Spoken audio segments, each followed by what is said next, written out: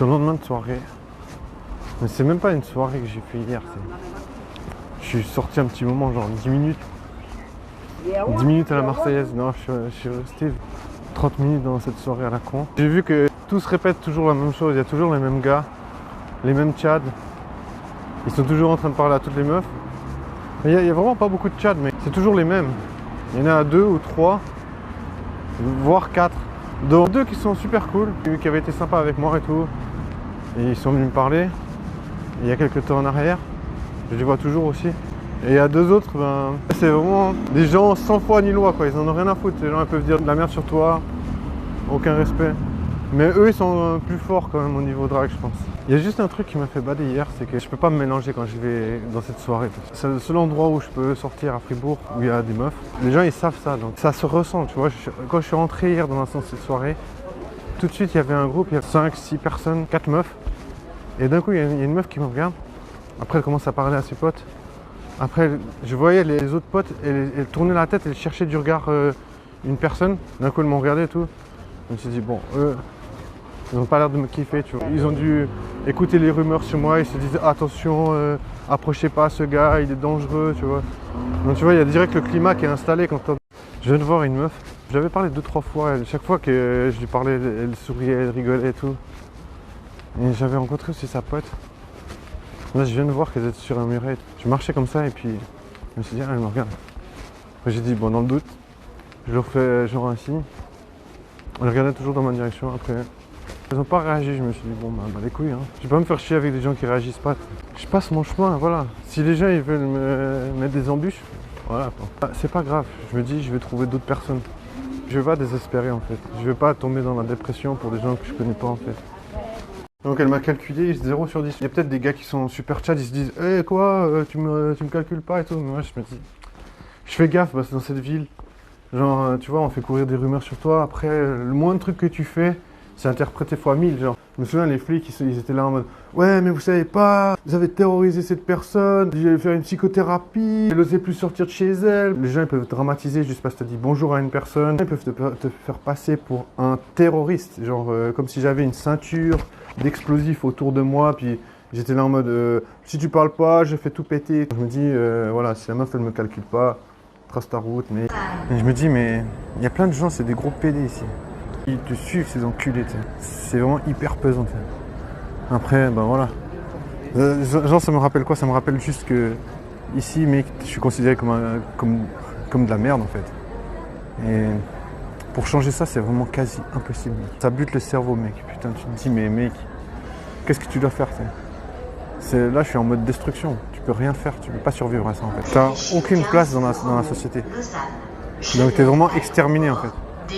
C'est vraiment de la destruction massive, en fait. Et ouais, ça fait un peu chier. À chaque fois que je dois passer à travers cette ville, mec, je te dis, je vis 36 dépressions à la fois, J'ai envie de me tirer 45 balles dans la tête. J'ai croisé une meuf que je vois des fois quand je vais en soirée. Elle est toujours dans un groupe.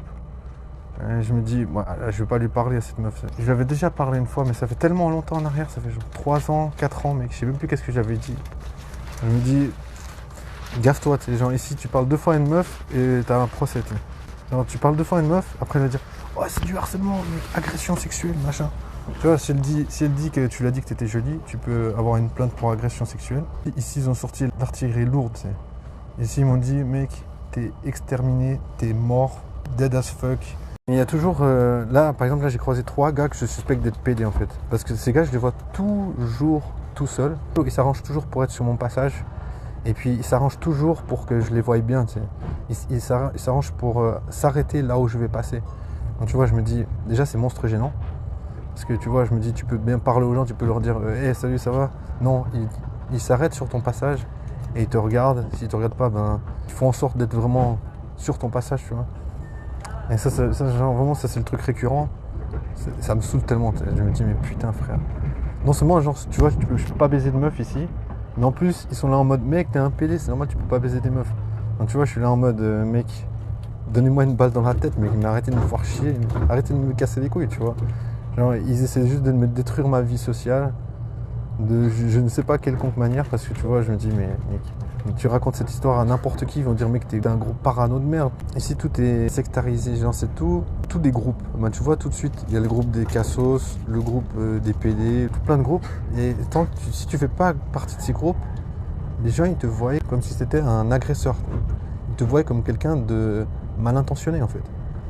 Et après, bon, je sais ce qu'on appelle la preuve sociale. Je sais que tant qu'il n'y a pas des gens qui ont dit voilà, lui c'est quelqu'un de bien, eh ben ils vont continuer à se dire ouais, attention, celui-ci il est dangereux. Moi je vais pas m'allier avec des gens que je connais pas, et je veux dire, je vais pas m'allier avec des cassos, tu vois, genre des gens qui sont bière à la main, genre à 15h de l'après-midi, mec. J'approche pas ces gens. Le week-end, mec. Moi j'aime bien le week-end parce que je veux dire, les gens ils sont plus ouverts, plus relax. Et j'ai passé beaucoup de soirées à Fribourg. Mais là je me dis, mec, les gens ils vont trop loin, tu vois. Là ils m'ont catégorisé, ils m'ont dit voilà, toi t'es un cassos.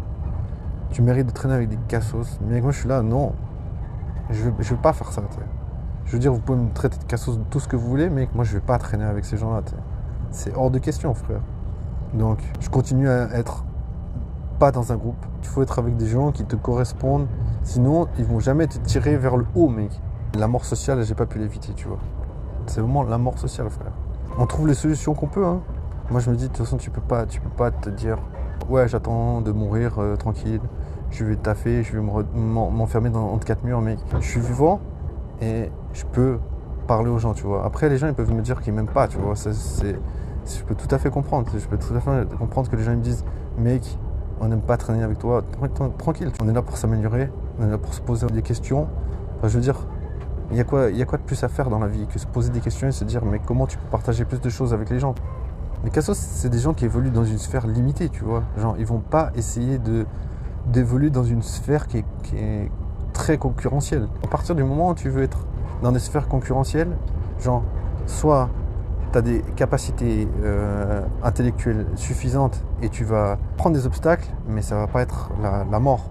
Mais si t'as pas, genre, l'intellect suffisant, c'est pas des obstacles, c'est des balles dans la tête que tu te prends, mais vraiment sévères. Les gens ils vont pas avec des pincettes, tu vois. Je préfère souffrir et essayer d'atteindre des sphères qui sont peut-être inatteignables et peut-être devoir, voilà, comme je dis, souffrir tout le temps, que me dire ouais, je vais avec des cassos et tu te retrouves avec une bière dans la main à 15h. Ça, c'est pas de l'évolution, frère. Moi je me dis, mec, tu viens sur Terre, déjà depuis que t'es gosse, mec, tu dois évoluer. Tu dois apprendre à manger, apprendre à marcher. Tu dois toujours évoluer, mec. Le moment où tu arrêtes d'évoluer, mec, c'est que tu es déjà en train de mettre un pied dans ta tombe. Je traînerai pas avec des gens qui sont pas en mode je vais essayer d'inventer mon futur, tu vois, selon tes capacités, tu vois. On n'est pas tous Einstein. Je prends ça en compte. Bien sûr que j'ai plein de limitations, j'ai milliers de limitations, mais il y a des trucs que j'arrive à faire et que je peux encore évoluer. Je suis persuadé, tu vois.